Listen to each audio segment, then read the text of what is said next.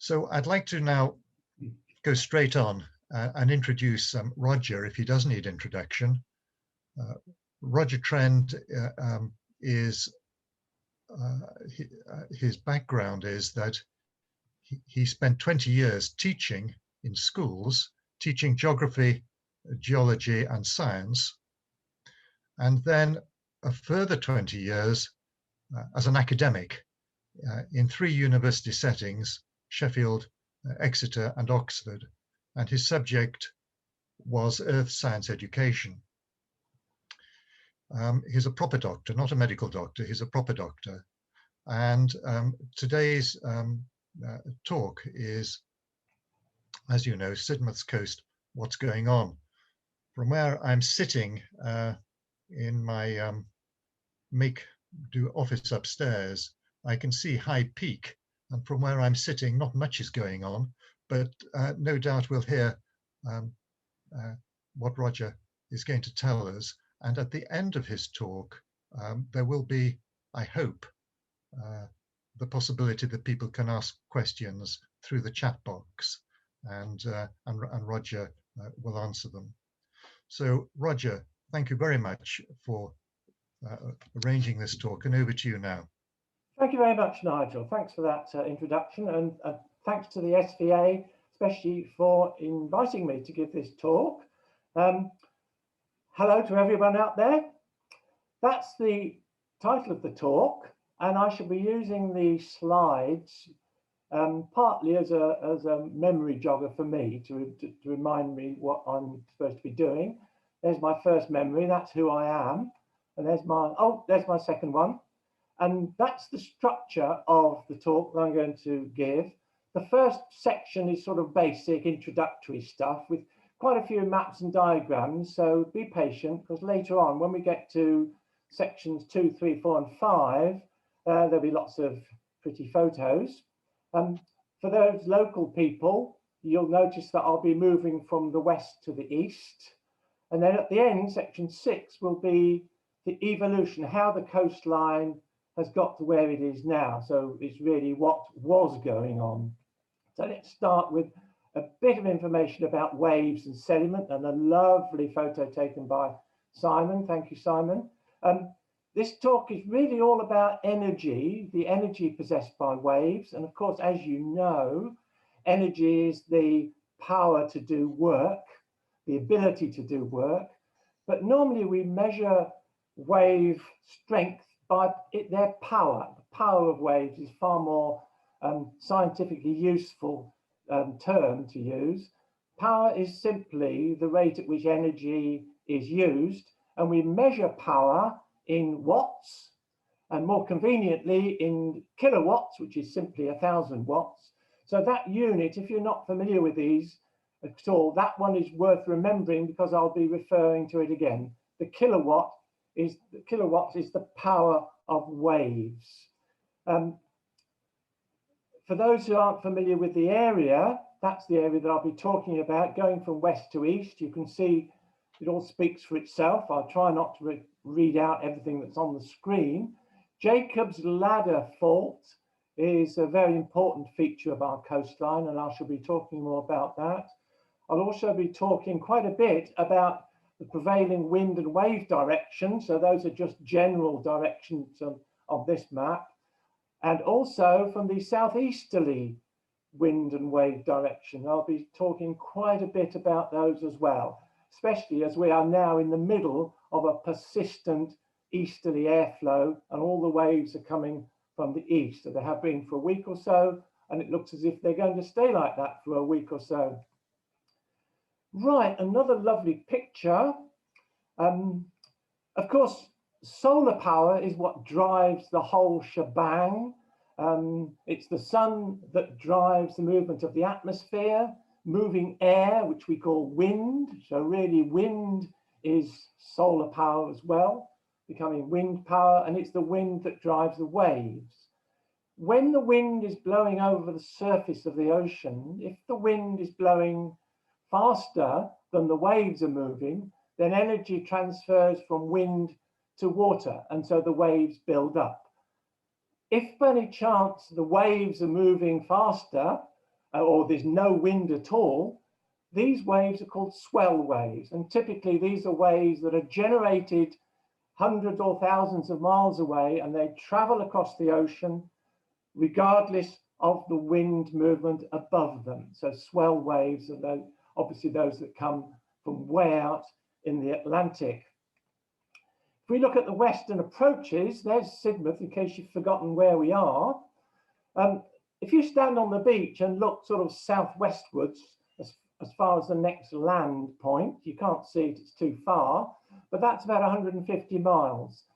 And that's what if the wind blows over that 150 miles persistently, that is the maximum direction of what we call fetch. So fetch is the direction, the stretch of water, the distance of water over which waves can blow to generate the waves.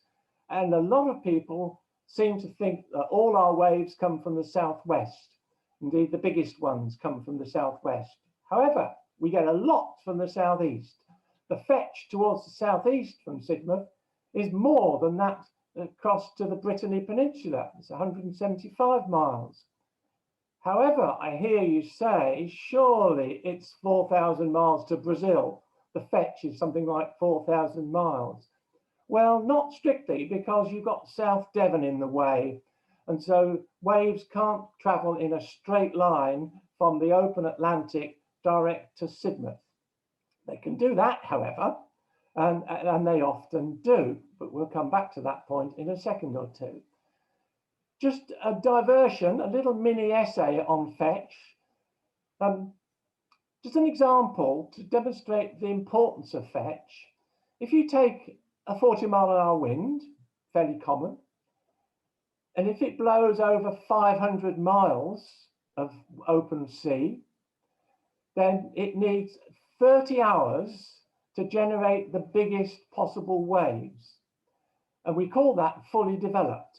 So when a sea is fully developed out in the open ocean, the waves don't just get bigger and bigger and bigger, they simply collapse over the top. You get what's called white horses. So you get all the wave crests have these collapsing tops. And under those circumstances, if you had a 40-mile-an-hour wind blowing for 30 hours, even if it was blowing over a 3,000-mile fetch, it would still produce the same size waves, which in this case is normally 6 meters, roughly average height, with the biggest waves up to 12 meters. So I hope you can see that that 4,000-mile distance isn't of great significance. Right, let's get rid of that and have a look at the mid-channel situation. Now, this is quite an informative diagram. Out in the mid-channel, you can see this wave rose produced by, thank you, Tim, Professor Tim Scott of Plymouth University. The waves tend to come from the southwest or west-southwest. The biggest waves, over 5 meters high, the palest division. You can see that this wind rose shows the frequency, how often you get waves of 1 meter, 2 meters, 3, 4, 5, and over 5. So you can see that's the sort of expected pattern of wave direction for the mid-channel. However, once you get into Lyme Bay, it's a different situation entirely from two or three ways. We get far more waves coming from the south-southwest, a more southerly direction, and we get quite a few from the southeast. And what's more, the southwesterly waves are generally lower and less powerful than they are out in the open channel. Now then, if we look at the channel as a whole and we look at the power of the waves, these lines are lines joining all points of equal wave power. So you mustn't think of those as wave crests. So for example, a wave here would have a value of 15 kilowatts, regardless of the direction in which it's traveling. The waves out here are 30 kilowatts per meter of crest. The waves up here are 10. In Mount Bay, that you might think is very sheltered, it's not. They're between 20 and over 15 kilowatts of meter wave crest. It's only when you get to this area of Lyme Bay that you get the sheltered conditions, which is why the cruise liners shelter there. I don't know if you know the beach forecast done by the Met Office, but this is yesterday's. I put this up. This is fairly easy to understand. It's very similar to the normal Met Office forecast on the website. These are 1 hour intervals. This is yesterday afternoon. I haven't put the whole of it on. This is just an extract from the screen. This shows the normal wind speed, fairly breezy today and yesterday, gusting up to these at speeds, up to 39 miles an hour. An easterly wind, northeasterly wind. The height of the waves offshore, medium to high, medium height. They're often well below 1 meter. So you can see fairly big waves, yesterday forecast, and coming from the east-southeast. And the period of the waves is the time between each wave crest. And lo and behold, if you look out the window yesterday, down at the sea, that's taken yesterday afternoon towards dusk, the waves are fairly big and they're coming from the right direction, the direction we expected. Longshore drift, you'll be very familiar with, I'm sure. This is the extremely simplified version that when a wave breaks, it pushes material up the beach in that direction, assuming the wave is breaking from the southwest, and then gravity carries it back down here. And in that way, sediment tends to move along the shore, in this case, from west to east. However, we also get a lot of movement in the opposite direction at Sidmouth, as I've already indicated. So just as a quick reminder, if the same diagram applies, the same process applies, moving from east to west. But in this particular next diagram, for your entertainment, I've written the script in a mixture of Hebrew and Arabic. But the idea is the same. I'm sure you can understand it, even without the script. Here's a lovely photo done by Danny. Thank you, Danny. Of Sidmouth from the air, again with a southeasterly wave approach, producing movement of sediment towards the west, up against the two big groins and up against the headland. I wonder if it's going to be like this in the next few days. Waves also do very interesting things around the rock islands. You can see the waves, and we've all watched these, I suspect, breaking around the rock islands and between the two rock islands. And of course, they bend, they refract, wave refraction. And as they refract, the energy possessed by the waves, their power to do work, is dissipated. And as a result of that, the sediment is deposited because the energy is lost or transferred, and they lose their energy, and the material, all the sediment is deposited, and it's produced a landscape which we didn't have before 1995. We didn't have anywhere near that amount of sand in that part of the beach. Right, so let's look at this sediment. So it's quiz time now. 10 marks for each correct answer. Question 1, and this one's only for Nigel. What's the name of the dog? The name of the dog? Rover. It's my own back from last month's. No, I know that dog. It's Rover. Rover, well done. Next question. What's the name of this sediment? This isn't just for Nigel, it's for everybody. What's the name of this sediment? Well, you might have got that right. Give yourself 10 marks. Next question. What's a definition of sand? What exactly is sand? And this is where you can tell if there's anyone else in the room, you can tell them what you think sand might be. And of course, it's such a common substance that we all know what sand is. It's any particle with those dimensions. If you mentioned any substance or material, then deduct 20 marks, because the sand can be made of any material whatsoever. Often it's quartz because that's tough and resistant, but we won't go into that much detail now. Next question, what's the name of this sediment up here? Well, you know that, it's gravel.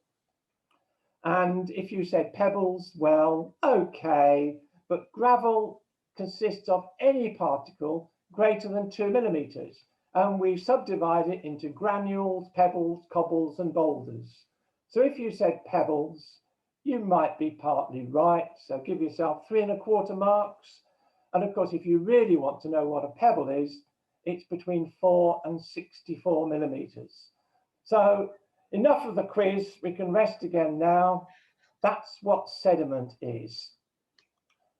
However, we've got some sediment that I didn't mention, which is finer than sand. And that, of course, is clay and silt.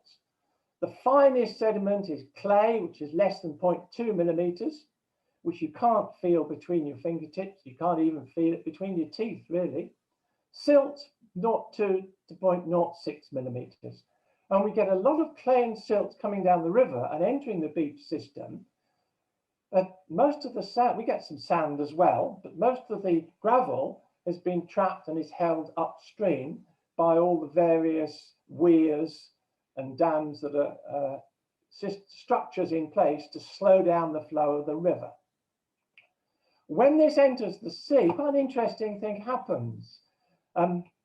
River water tends to not mix with seawater for various reasons, mainly because of its salinity and density differences, and also temperature differences. But in certain times of the year, the temperature difference is great, and at other times it's almost non-existent. They're the same temperatures. Salinity, however, seawater is always higher salinity and therefore more dense than river water. So for various reasons, the river water and the seawater don't mix readily, and the sediment stays within suspension and is carried along the coastline, as we shall see. Another interesting thing that waves do is to produce these strange ridges. We get them quite often at Sidmouth, and these are ridges running down here. You can see them, and the ridges are made of coarser material, gravel of various kinds, and between the ridges we have the finer material, the finer gravel, and sand and silt, but mainly sand. And these structures develop sometimes and not at others, and it's quite strange. And last time I saw some lovely ones was on Christmas Day this year. You can imagine my delight, because I get quite excited by these structures. Seeing these on Christmas Day, it almost compensated for not seeing our grandchildren on Christmas Day, but not quite. And these features are sort of cuspate in shape, as you can see. So not surprisingly, we call them beach cusps. And they're formed in quite a strange way, because first of all, you've got to have a fairly steep beach. Secondly, a beach with gravel and sand, so a mixture of particle sizes. And what happens is that because of the dynamics of the water and the way it interacts with the sediment, well, these horns or peaks are formed, and the water flows up and then divides. It loses energy and it flows back, and it increases in speed once it's out here. But it's in the meantime, it's deposited the finer material just here. So in some ways, this is like a mini rip current, because as you know, rip currents are formed in the same way. They can carry people out to sea, but on a much larger scale. But interesting thing is that here, in comparison with the waves breaking between the two headlands of the rock islands, these are the opposite, because these headlands here, these peaks, are not fixed, unlike the rock islands, which were fixed permanent features. So you've got quite a complicated set of processes going on here. So in fact, you've got lots of things you can measure. You can measure the width, the depth, the length, the shape, the angles, the particle sizes. So these things really excite engineers and mathematicians and physicists. And what's more, to make it even more exciting, you can measure the wavelength and the wave height of the waves. And so, goodness me, the two acting together, well, you can write all sorts of articles and produce all sorts of complex equations. And your homework is to go and work out the conclusion of the author who wrote the article that included all those equations to do with beach cusps. Okay, West Beach. Let's have a look at West Beach. The geology of West Beach is that, and the cliffs of Otter sandstone, as you probably know, and they have fairly vertical cliffs. Sandstone speaks for itself. The Millennium mudstone gullying along here, beautiful gullying, very different from the erosion of the sandstone. And then the upper green sand, which caps these hilltops, and then the chalk on top. And if you've forgotten what chalk looks like, it looks like that, and it contains flints. The origin of the flints, we won't go into now, very interesting way in which they were formed within the chalk. This chalk itself accumulated on the seabed about 190 or 80 million years ago. And you probably noticed, however, that we don't actually have chalk on top of Peak Hill. That's why I've put it up in the air. And if you watch the chalk for about 40 or 50 million years, you'll see what happens to it. It disappears, it dissolves, is carried away, and it's left with just as insoluble flints forming a layer draped across all of our hilltops, embedded in a lovely sticky clay, which many of you will be familiar with, especially the farmers on the hilltops. That's West Beach. Now, I've got a few figures to give the rates of retreat of Sidmouth's cliffs, both here and Pennington Point, but I must say I'm not a great fan of accurate, detailed figures in this context. What I'm far more concerned about is getting across the general average, a ballpark figure, the sort of the general rate at which cliffs retreat and beaches form. And so what I've given here is the generally agreed rate of long-term retreat, about 0.3 of a metre a year. That's in old money, that's about a foot a year, sometimes 1 metre a year. And then over 6,000 years, therefore, you can soon work out that that's the sort of the general distance by which the cliffs have retreated. Now, why have I chosen 6,000 years? Well, all will become clear later on, but that 6,000 years is quite a critical figure. A last look at West Beach. Incidentally, in passing, beaches are classified, and this part of West Beach, because it's got a broad shelf of large, low gradient, is generally referred to as dissipative, with low energy conditions when the tide is like this. When you've got a steep, coarser beach banking at the back on the landward side, that's generally a reflective beach, and the wave energy is transferred back out into the sea. But that's in passing. I'm not going to go into the nature of different types of beach because we've only got our own to deal with. I'm far more concerned with the source of the sediment for the beach. A lot of it comes from the English Channel floor, and I've got a lot more to say about that source later on. Obviously, we've got sediment coming from the Otter sandstone, the Mercia mudstone, the upper greenstone, and the chert and the flints from the hilltops. That's to be expected. That's another source for sediment. Over the hills and far away, just behind there, we've got a lovely little place called Budleigh Salterton, where the cliffs look like that, with pebble-sized particles. And those cliffs are being eroded, just like ours are. And Longshore Drift is the process by which these pebbles move along the coast from west to east. But do they in any quantity? Well, that's an open question, because you've got Ladram Bay over here, you've got another bay further up there, lots of opportunities for this sediment to be trapped, and therefore for Longshore Drift to be not particularly significant. So that leaves the question for West Beach: what are the pebbles made of? Are they Budleigh Salterton pebbles, or are they flints and chert from the cliff tops, the hilltops? Of course, don't forget that the Budleigh Salterton pebbles not only could possibly reach us along the coast by Longshore Drift, but also, of course, they could reach us from the channel floor. Again, something that I'm going to keep coming back to. If you're not sure of the difference between these pebbles, that's what they look like. And you can see from the scale here that these are all over 64 millimeters in diameter. These are the flints, and these are typical Budleigh-Salterton pebbles themselves, with a very interesting history, which I won't go into now.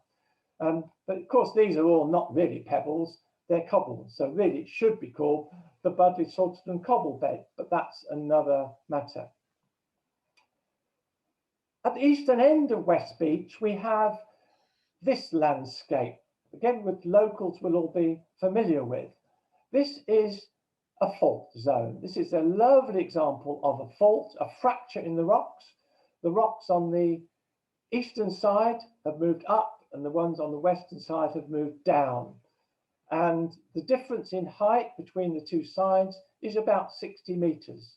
So what we've got is the Mercia mudstone brought down to sea level, and the Otter sandstone eroded here and showing here on the cliffs of the headland.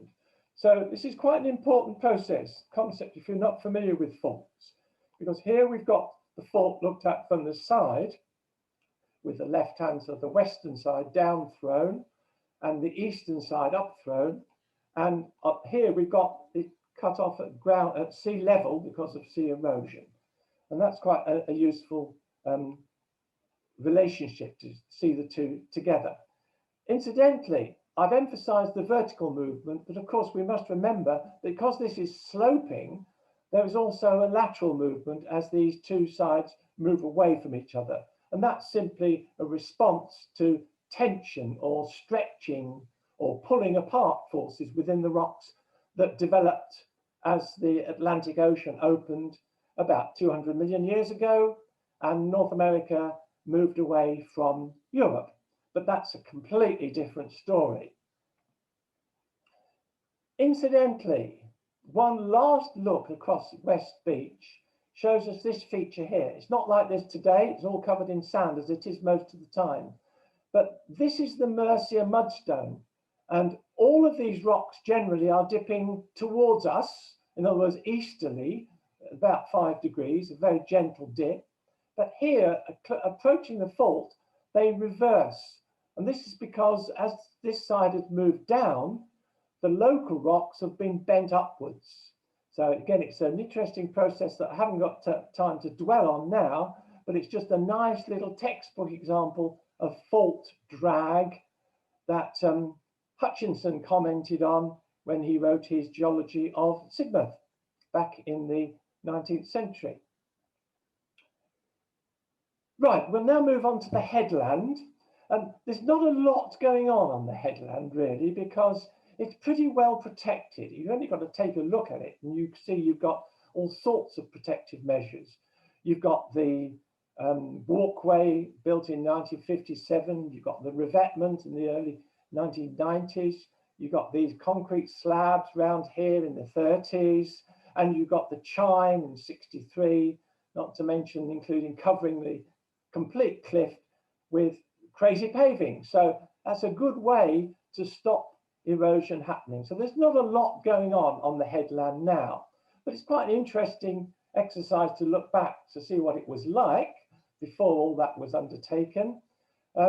Here you've got the headland, and what you've got is waves approaching, and as the waves approach, they refract or bend in the opposite way to those between the rock islands. And so what happens is, instead of the energy dissipating, the wave becomes concentrated. And so under normal circumstances, all other things being equal, the energy is concentrated on the headland. And so you get increased erosion taking place along headlands. And if all other things were equal, which they never are, of course, the coastline is always tending towards straightness by extra erosion along headlands and extra deposition along bays. But of course, these things never remain constant. And the biggest changing factor is, of course, changing sea level. You've only got to get an increase in sea level and your whole thing becomes irregular and non-straight again. There's another nice photo to show what's happened in the headland area since the 1995 rock island. So it's changed sediment movement in this area enormously since 95. So that's West Beach and the headland. And just before we go on to the main beach, just let me remind myself to thank all those folk who have kindly let me use their photographs and maps and diagrams, and to those organisations there for the same thing, and to Mary for helping me with dating some of the old photos that I'm not very good at, or in fact, I'm hopeless at. The main beach. Now, let's look at the sources of beach sediment. Now, although waves approach from all sorts of directions onto the main beach, the dominant movement generally, on average, is backwards and forwards, towards the shore and then offshore. So the sources of beach sediment are, first of all, the one that I've mentioned before, the offshore, the English Channel seabed is a very important source of sediment. But we've also got to remember, therefore, that this sediment is moved backwards and forwards by those waves. And we can see this on a daily basis, of course. But what about longshore drift from the west? Well, we've got the headland to the west, and now we've got the rock islands to the west. So there's not much sediment moving from the west. What about sediment from the east? Well, you do have some movement moving from the east, but not much gets past the river mouth, and so there's not much coming from here as well. What about sediment from the sky? Well, actually by lorry from the quarries up here on Aylesbury Common, or beyond there, where you've got quarries in the Budleigh, Salterton pebble beds, and quite periodically lorries bring sediment, bring pebbles down to recharge the town beach on a quite a regular basis, but fairly intermittent, but planned in a planned way. One last thing worth remembering is that for centuries, or at least for a century or two, sediment has been removed from the beaches for all sorts of building purposes. And of course, by removing sediment from the beach, you make the town more vulnerable to flooding and to damage. But of course, the irony is quite often the beach sediment was removed in order to build renewed sea defences. I think that's called irony. Here's a nice photo of the 1980s of sediment washed up onto the esplanade, but I included that photo for the sake of those folk who might remember Dean's Garage, and I don't. Back to the town beach from a distance, yet again, we happen to have an easterly wind, an easterly wave approach, but the main purpose of this slide is to show the structure. This is a storm beach made of shingle, gravel, pebbles, cobbles, the whole shebang, sand. And behind it, you've got very low land, which is a former estuary, which, as you shall see, and the town centre, particularly the marketplace, is below mean high tide level. Incidentally, and again, I mean this incidentally, if you look at the Google Earth photos of Sidmouth, go back through their archives, quite often they have easterly approaching waves. I've picked 2016 and 2020, and the current one also happens to show easterly waves. And this one shows it quite nicely, the lack of mixing of the river water. Here you have southwesterly gale, February 2014. That's when the storm that damaged the Dawlish railway line. And in this particular instance, the waves were so great that the rock islands didn't do their job properly, and all the shingle, all the gravel from behind the rock islands was removed and taken eastwards. And that's the only time that all that gravel has been removed. The rest of the time, since 1995, these rock islands have done their job. Now to the East Beach and the river. Well, the source of sediment, where we have river sediment, I think I've mentioned already. We have sediment from the channel. Again, I'll come back to that. we have some longshore drift, and we have sediment from the cliffs as usual, including the clay with flints and some gravel of various sizes from something called head. Head is a very interesting deposit that you get formed during the glacial phase, during the ice age of the last 2.5 million years. And it's a sort of a sludge or a slurry that develops across the landscape, particularly down the valley sides. And this head freezes solid in the winter, when everything freezes solid, but during the short, mild summers of the ice age, then it sort of forms a slurry that slumps and flows down the hillside. So that forms a significant source of sediment for the beach. What about sediment coming along past the river? Well, not much. I think some active research is going on now to try and determine the amount of sediment that gets past the river, but it's quite a complicated movement of sediment around the river mouth. And so there's still a question mark over exactly what's happening there. Quite often, gravel is excavated from the river upstream and brought down and deposited on the beach. Again, intermittently and periodically, particularly in 2016, a lot of sediment was brought down by Storm Angus, and a lot of that sediment was dumped on the beach. So that's another source of sediment for East Beach. What exactly is going on the beaches? Well, we have these various processes of basal erosion, the thing that a lot of people are familiar with, ways in which water is eroding the foot of the cliff. We have the pressure of the water, the air pressure, sediment in waves, and so on. So in one way or another, erosion takes place, undercutting, the sort of thing that most people think of first. Another thing that people don't think of quite so often is seismic impact, the effect of wave impact on the wave cut platform, on the cliff itself. And these seismic measurements are commonly used, and the entire cliff is vibrated. It weakens the rocks, and every time you get a wave breaking, this lot vibrates, but you can't feed it, of course. It's only sensitive seismic measurement equipment that can pick it up. But the end result is that slowly but surely, the whole of the cliff face becomes weakened, with or without undercutting. So undercutting is not essential for collapse. And of course, it's under conditions like that that you get unseen cliff weakening. Subaerial processes are those that involve groundwater and the weathering of the rocks, the salt crystals that get sprayed onto the salt water that sprays onto the cliff. It saturates the cliff, and as the salt crystals grow, then of course it weakens the rock. And you've got rock salt, halite is rock salt, and gypsum already deposited within some of these beds, far more significant further east than they are on the Sidmouth rocks. But nevertheless, as they dissolve, they weaken the rocks. You've got heating up and cooling down, thermal effects, and of course you've got the effect of wind and of course plants. All of these processes conspire to produce weathering of the cliff face.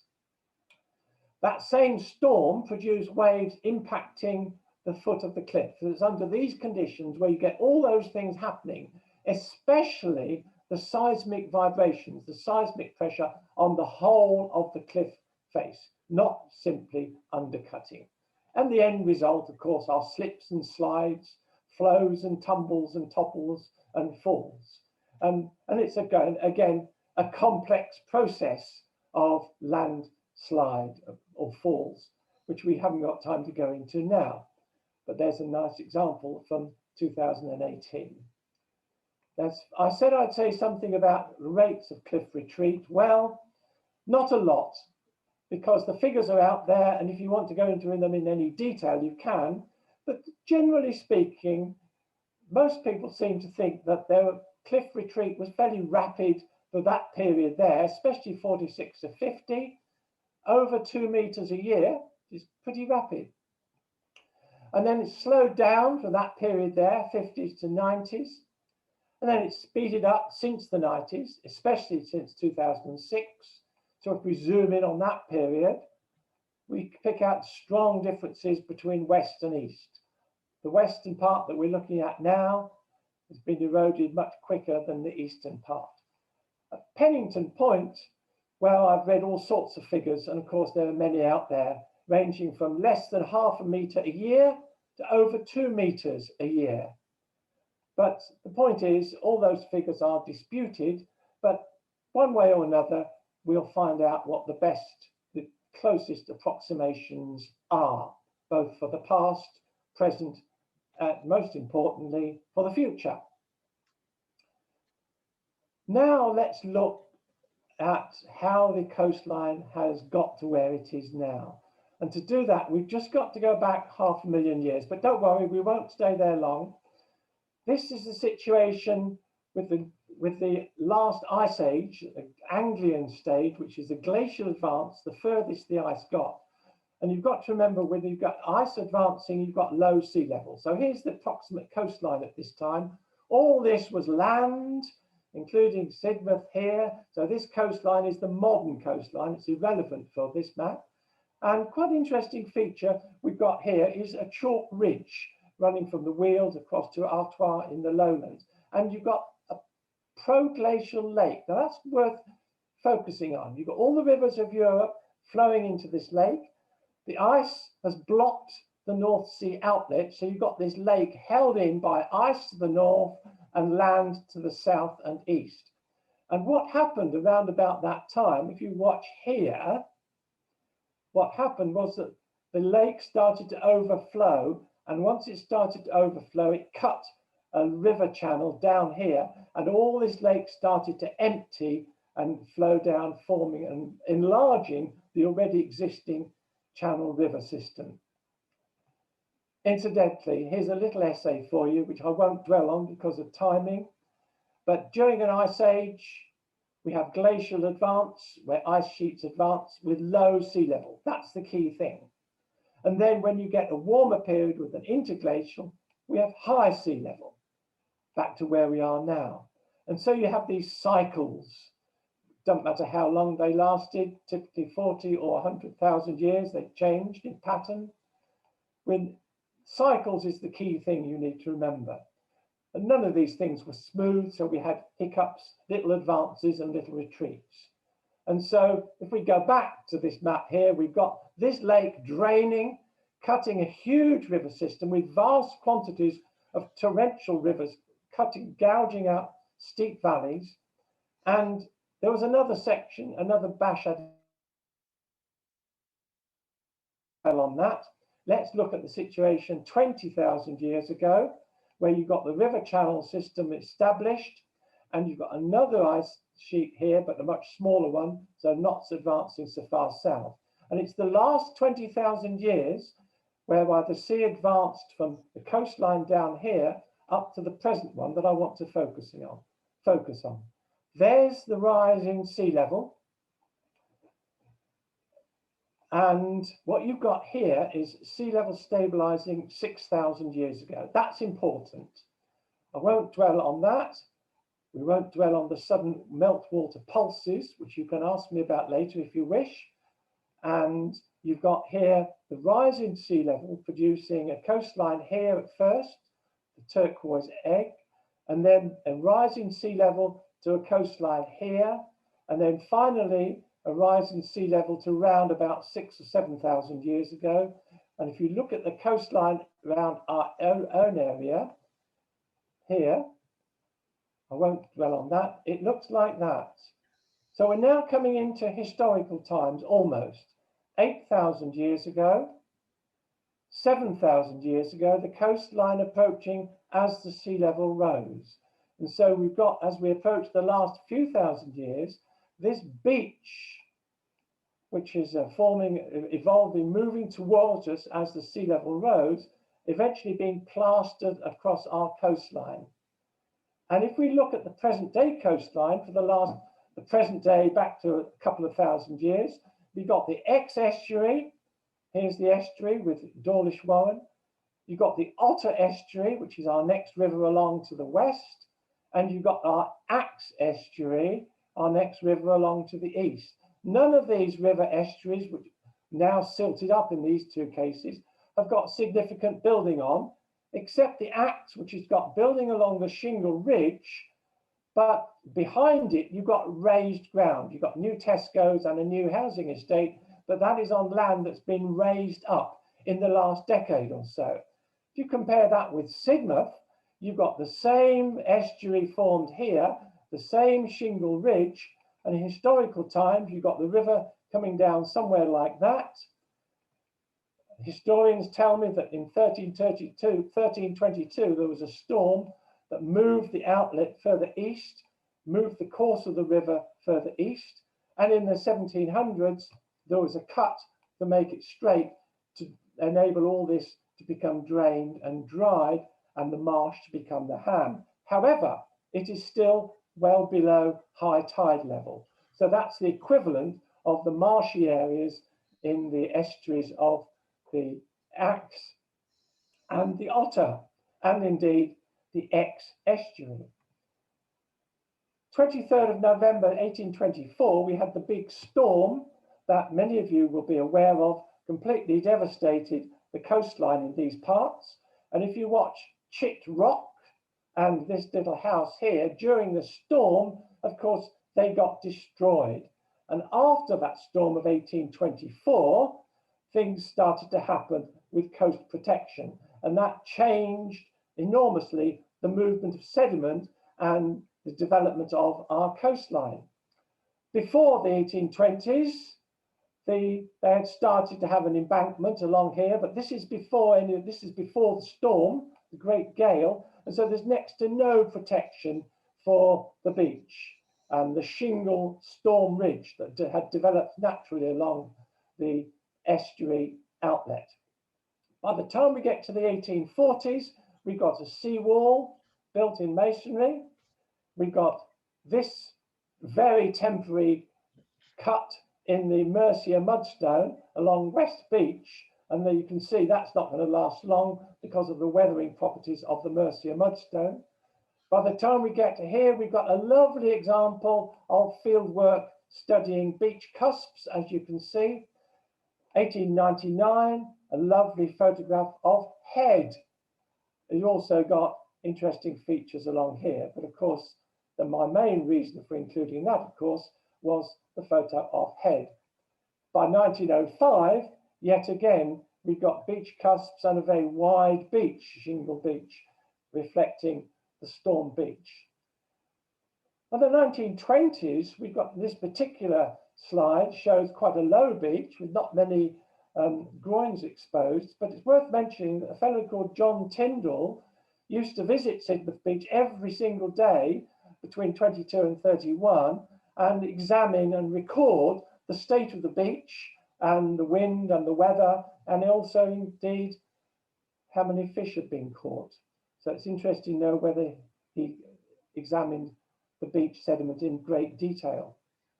1924-25 saw a great storm and damage to the seawall, but the interesting thing about this storm was that through this season there were several storms one after another, and in fact this picture shows the rails laid to repair the wall from one storm themselves damaged by the next storm, and you often get that.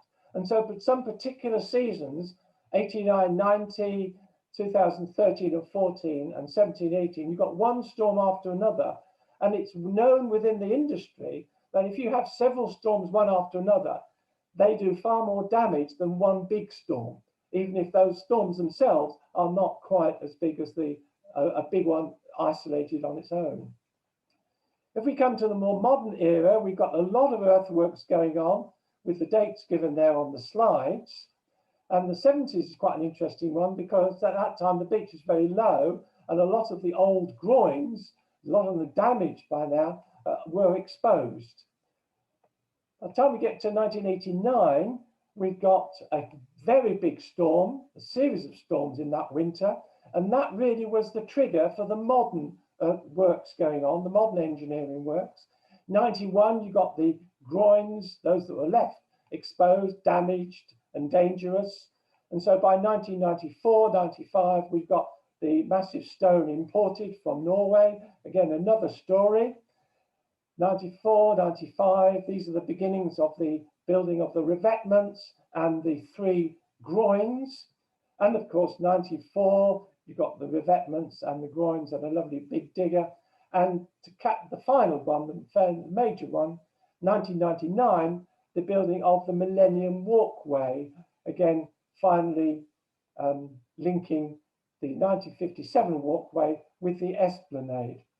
And so that brings us to the modern era, and all these engineering works have had in effect to control and change what was going on naturally as a result of the post-glacial rise in sea level that I just took you through. To finish, if you just look at this picture, this illustrates quite nicely what's going on the coast. And I want you to keep one eye on the date and one eye on the cliff. I'm sure you can do that. And if you watch closely and come forward, watch it for 10 years. And you'll see, thank you, Charles, for those photos. Superb, very useful. And some of you will have seen them before. So I'll end there and just with a quick sales pitch on behalf of the Vale Association, to whom thanks again for letting me give this talk. SVA produced this little booklet, extremely cheap, only a matter of a few pounds, available from online from the SVA website. For SVA members, if you live within the Sid Valley area, delivery is free. Otherwise, there's a small charge for delivery, but it's extremely cheap. And inside it, you've got quite a lot of the photos I've used today, not all of them by any means, some different ones as well, of course, some of the older ones. So if you want to buy that, please do so and support this great organisation, the SVA. Linked to the coast, of course, we have the river and the rocks, and you can get similar little booklets covering those areas for similar, very cheap prices. Nigel mentioned the walks. Well, the Geology Walk takes place every Wednesday during the season under normal circumstances. Well, don't know when they'll be resumed. I don't yet know. Finally, if you want to sing about the Flandrian transgression, then you can get yourself the Sid Rock Songbook, also in aid of the Sid Vale Association. Come along to the Sid Rocks Day during Folk Week and join in the fun. I'll leave you staring into the abyss. This is what happens. This is what's going on if you don't pay attention to the sea wall and the sea defences in one way or another. This is a storm in 1923, and I'll end on that point. And before I switch over, I will show that slide there, which Nigel has asked me to put up. Thank you. Thank you very much indeed, Roger. Pleasure. Thank you very much. And that was a fabulous talk, and it's taught me how little I do know. A huge amount of facts there. Can I just begin? Can I ask one question, please? It's about Cliff Retreat, because is there any point in looking carefully at figures of Cliff Retreat in the last decades, 20, 30, 100 years, when really, is that not meaningless in the context of thousands of years? My first answer is definitely yes. Look at everything. In my younger days, someone said to me once, when you're doing research, if it moves, measure it. So if you can look into those, the more you know, the better, as a matter of principle almost, if you're investigating a series of processes. And what's gone in the past, the more we find out about rates of sea level change, especially over the last 20,000 years, and increasingly so closer to the present day, the more we can apply that to what might happen in the future. And so quite obviously, what's gone on in the past is going to help us understand the present and perhaps predict the future. So perhaps I've got the wrong end of the stick with regard to your question. No. So yes, the more we know about the past, the better, as far as I'm concerned, I think, and the more we can apply that to the future, the better. The more reliable our judgments are going to be, I would suspect.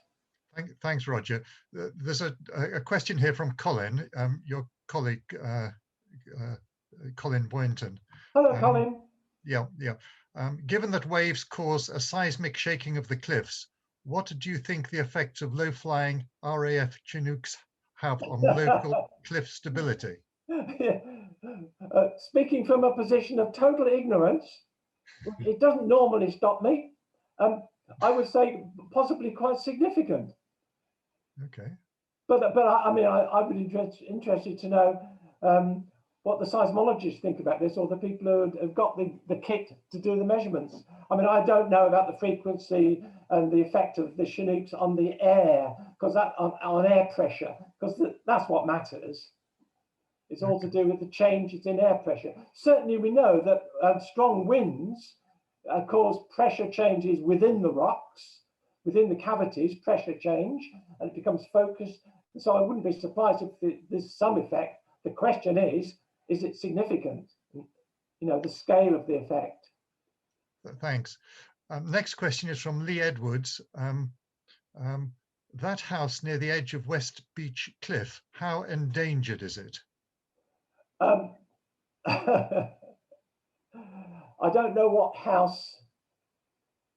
Which house are we talking about? I wonder if it's the one that. It all depends. I mean, it's very difficult to comment on a particular case like that, and I wouldn't deem to do so. I wouldn't pass a comment on any particular house and its susceptibility. I think that might be a bit unwise for me to do so. Yes, he said the one in the photo. I think it's Delderfield's old house, the cottage, right at the top of Peak Hill, that overlooks the. Oh right, yes. Oh no, I couldn't possibly comment on a particular house like that. Sorry. I can talk in general principles about processes, as I have done. Yeah, surely. Are there any other questions?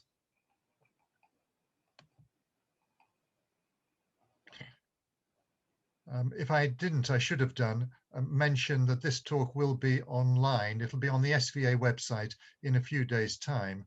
And we hope that those people that couldn't attend this afternoon will be able to watch that. I think, if I understand the chat box correctly, that at the moment, oh yes, here's one from Sue Nicholson. What is shingle? Shingle is an informal term. Now that's a cop-out. Shingle is a term that's not used by scientists in this field, and so you can use it in every way you like, really. If you think it fits the bill and it has an appropriate meaning for your use, then fair enough. So it's an informal term, but I suspect shingle is a mixture of gravel and sand. Right. But that's not an official definition. That's just my general usage, I guess. My usage is as good as anybody else's. What the next question is from Peter Q, if I've pronounced it correctly. What do you think about the Otter restoration project? Oh, well, they just got planning permission yesterday, didn't they, to go ahead, or the day before? The Lower Otter restoration project. When you say what do I think about it, I don't have an opinion, but I know a fair bit about it. We had a brilliant talk about it last year. I think that was an SVA talk, if I remember rightly, in the Manor Pavilion. And it's a very interesting project, and it's a way of managing what is a set of natural processes already. They're going to, I don't know if people know about this, but they're going to breach the embankment so that they create tidal marshland, tidal flats, salt flats, from the existing farmland, low-lying farmland. In other words, go back some way to what it would have been before it was reclaimed. Thank you. The question from Robert Crick: how important is the intermittent recharging of the main beach? Hello, Robert. Oh, he's mute. Is everybody mute? I think, I'm not sure. How important? Now, that's a very interesting question. Next question. Do you want me to repeat? No. It's very difficult to say because I'm not involved with the details of the quantities involved and the frequency.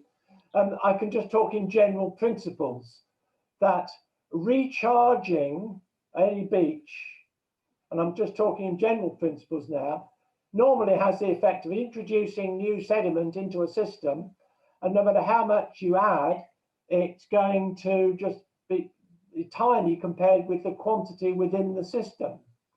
So if you think of the volume of sediment that has been slowly bulldozed towards the coastline with the rising sea level, the amount of sediment that's actually there is huge compared with what's going to be introduced. That having been said, the amount of larger sediment, gravel, particularly cobbles and pebbles, that's in with the closest to the shoreline, that doesn't get moved hugely beyond the wave zone, because once you go further out to sea, the currents aren't sufficient to move it at all.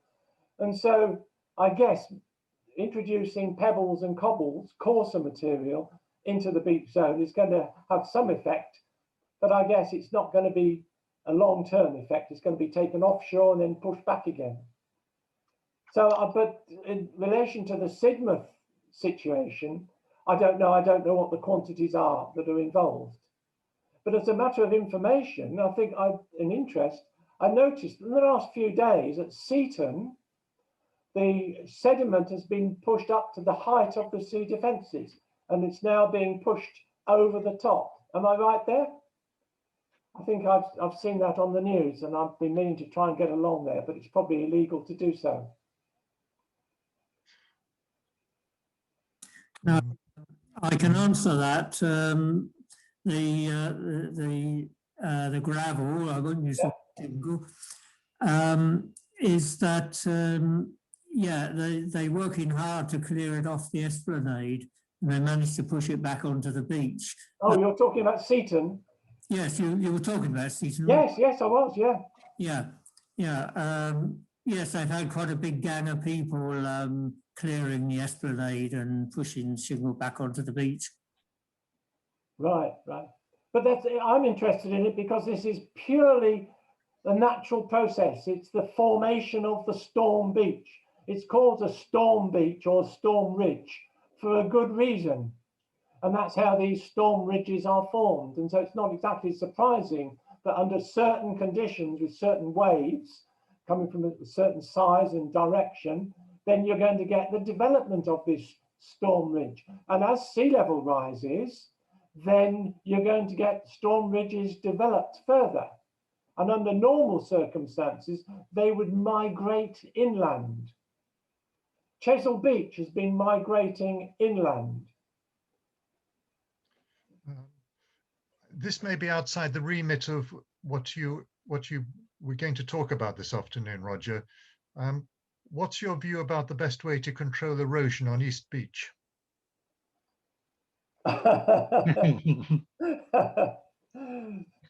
No comment. That's for another talk? It's for somebody else. Somebody else, yeah. Okay. Quick question, if I can.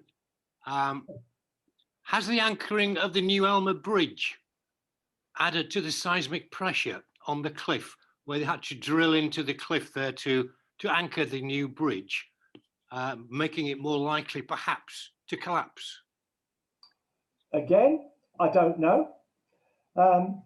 You'd have to ask an engineer, and you'd have to ask people with gear to check out the movement. But I mean, I would get what normally happens if they've been drilling into the side of the cliff, it's the Otter sandstone there. Yep. Then the actual process is bound to have caused vibrations and therefore slightly weaken the rock. But the question is, by how much, and is it significant? And how does it compare with natural processes, natural tremors, natural vibrations? You get them all the time. And so the question is it significantly greater than the background or the normal vibrations? And that I would have no idea.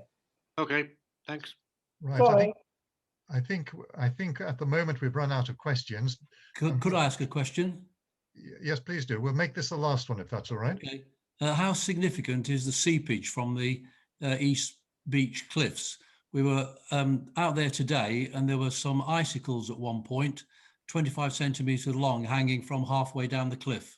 Yeah, very significant. Well, when I say very significant, compared with other things, the point, yes, it's significant. Research has been done on this cliff, particularly in relation to the structures, the joints and the bedding planes and the weaknesses. And it's quite obvious that that plays a significant role in the weathering of the rock surface. It's that boundary between the top of the Otter sandstone and the base of the Mercia mudstone, which incidentally is of international significance, that particular exposure. And it's not often that we get ice formed at sea level in Sidmouth, and those ice crystals will, of course, as water freezes, it expands, and as it expands, it puts pressure on the rock, and so that's quite an unusual process going on, and that will have undoubtedly weakened the outer few centimeters of the cliff face. And the water seepage, that's groundwater coming out of the sandstone. It's quite an interesting process because you've got vertical and horizontal surfaces of weakness, along which the water can seep faster than normal. And it seems that when water is coming out of the sandstone, it comes out quicker than it can evaporate. And so it appears to be wet. It comes out of the mudstone slower because the movement of water through the mudstone is slower. And normally it doesn't keep pace with evaporation. And so the cliff face is dry. And so the behavior of this water is very significant along the joints and weakening that rock surface. So the short answer to your question is yes, of great significance. Thank you. Okay, thank you very much. I mean, that was a fabulous talk, Roger. Thank you very much. And you can gather from the varied questions that you had afterwards how much interest there is in this important subject.